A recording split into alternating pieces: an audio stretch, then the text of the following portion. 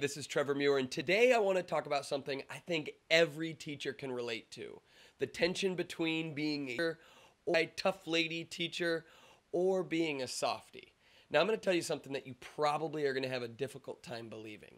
When I first started teaching, I looked really young for my age. I know. I was that teacher, I was that teacher who at parent-teacher conferences, at my very first parent-teacher conferences, parents would come up to me and be like, "Oh, I thought you were a student." And I'd be like, "Oh, and that's exactly what a first-year teacher wants to hear." Says no teacher ever. And so, but I do understand why they said it though, because I really did look young. Actually, you know what? Here's a picture of me when I first started teaching. This is me in my first year. Okay, not really. That's actually a picture of me when I was 5 years old. Pretty cute, though. This is a picture of me in my first year. Okay, that's actually Ralph Macchio, the Karate Kid. Although I do hear I kind of look like him. This is me in my first year of teaching. And as you can see here, I look pretty young. And so one of my fears as I was in my teacher prep program, and then especially as I was about to start teaching, was, are kids going to take me seriously? I kind of do look like a high schooler, and I'm about to step into a high school class. Are kids going to take me serious? And so I developed this mindset that I'm going to have to go in there and be Mr. Tough Guy. I followed the advice that an old veteran teacher told me. He said, "Trevor, you cannot let them see you smile until..." That's right, fill in the blank. You cannot let them see you smile until Christmas or until December. You've got to start out and let kids know who's boss, and then later on you can loosen up. And so that's what I did. And I remember on the first day of school, while I'm trying to be welcoming to kids, I was also really tough. And I had kids sit there and keep their eyes on me, and they couldn't put their heads down, and they weren't allowed to speak out loud. And they had to raise their hand to speak at all times. And if they didn't, I reprimanded them. I remember this one kid, he walked in, and his name was Drew, and he sat down and he just flopped. And as he's walking into the room, he just spit into the trash can and just had this attitude and just sat down and put his head down. And so I was like, all right, this kid's already trying to test me. I need to let him know who's boss. And so I said, "Drew, I need you to pick up your head." And Drew just looks at me and nods it. I said, "Drew, pick up your head or you can get out of my classroom." Now, mind you, this is on my first day of teaching ever. And this is this kid's first day in high school. And so I told him, "You can get out of my room if you don't pick it up." And he just goes, he's like this. He's like, "Nah."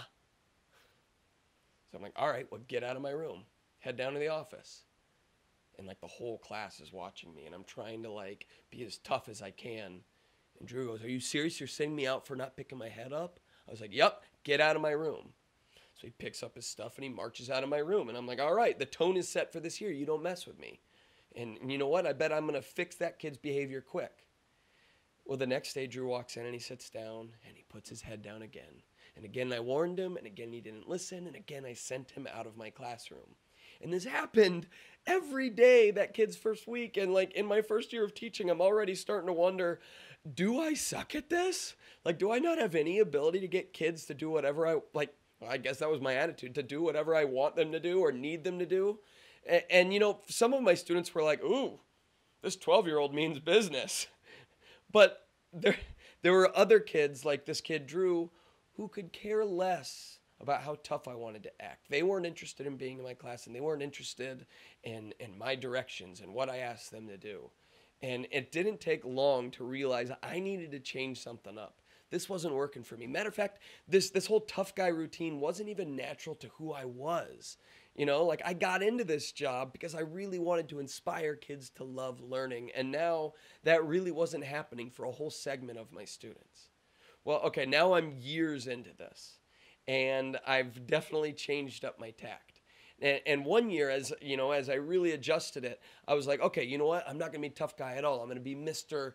Everybody loves me. And I want to be crazy on that first day of school and really set the tone that this class is a place you can enjoy and let loose, and I am your friend.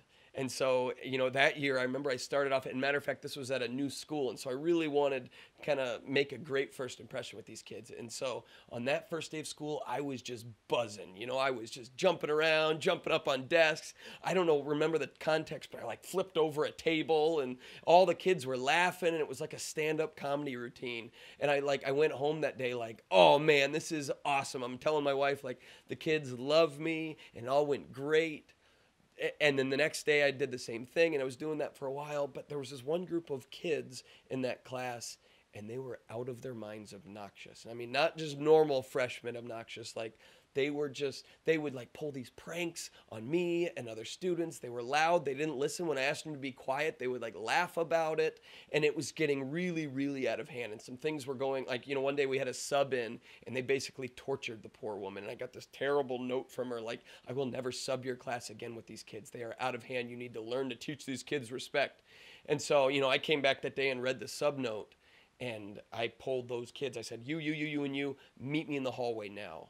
So we went out into the hallway, and I let them have it. Like, I chewed them out, and I said, this is embarrassing, and how dare you do this? What makes you think you guys can act this way? And they looked at me, or one of them looked at me and said, well, you made us think we could act this way. I was like, what are you talking about? And they're like, on the first day of school, you were acting crazy and flipping desks and making us laugh, and we just thought we could, like, be loose in here. And it was like all of a sudden I realized, you overcompensated. You went too far. And I don't think that excuses their bad behavior, but it also does give reason for it. Because I also didn't set the tone about, this is what respect looks like in this room. This is what it means when you're asked to be quiet or you're asked to do something. This is what it means to actually follow those directions. I realized that, what? I don't want to be Mr. Tough Guy all the time. I don't want to be that teacher that kids loathe, but I also don't want to be that teacher who could get pushed around, who creates this environment where the students feel like they can do whatever they want whenever they want, because that's not realistic either. I can't do whatever I want whenever I want in the classroom, in life. There's rules, there's boundaries. And so I've since learned how to develop these boundaries. One of the first things we do every year in my class is create a social contract. My students, we sit down and we brainstorm, what are the expectations for this room? What can we all agree on about how we act when you're in my class? And we write it down on a poster board and we put it up on the wall, and I have every one of my students sign it, and it remains on that wall the rest of the year. And so if there's an infraction or an violation or a kid's being disrespectful or whatever, we can walk over to that wall and we can read about what they agreed on. If I do something that's out of hand, like if there's a moment where I disrespect a student, I let them, which happens, by the way, I let the student know, hey, you know what? Or feel free to call me out on this. Respectfully, this is how you do it, just like I'm going to respectfully call you out. But here's a contract that we're all going to sign and we're all going to agree to. Because the truth is, there's not a perfect way to manage a class. And there's always going to be road bumps, especially if you embrace the type of learning that is messy and experimental and explorative, and it leaves the bounds of a traditional classroom. You want to do things that are hands-on and collaborative and take risks. That's going to bring with it some behavior that we're not always happy with. That's not always productive in the classroom. And so as teachers, we've got to find out, how do we draw these boundaries? How do we make sure students know that we've got their backs, we love them, we care for them, but we're also not their friend? And sometimes I'll act like a friend, but you also have to know that I am also your teacher. And I'm also your disciplinarian. It's also my job to make sure that you know how to be a well-rounded, good behaviored citizen. I think back to this one teacher I had in high school who I thought hated my guts. I mean, she was tough on me. She didn't give an inch. She didn't allow any disrespect. And I know this is probably hard for you to believe as well. I was a bit of a class clown. I was a loud kid. I was not ever trying to be disrespectful, but sometimes I was. And this teacher would never have it. And she drew that line, and I thought she hated me for it. And I can tell you, I really didn't like her for it. Well, 20 years later, I'm really, really grateful she taught me the way she did. She helped show me how you're supposed to act in a professional environment.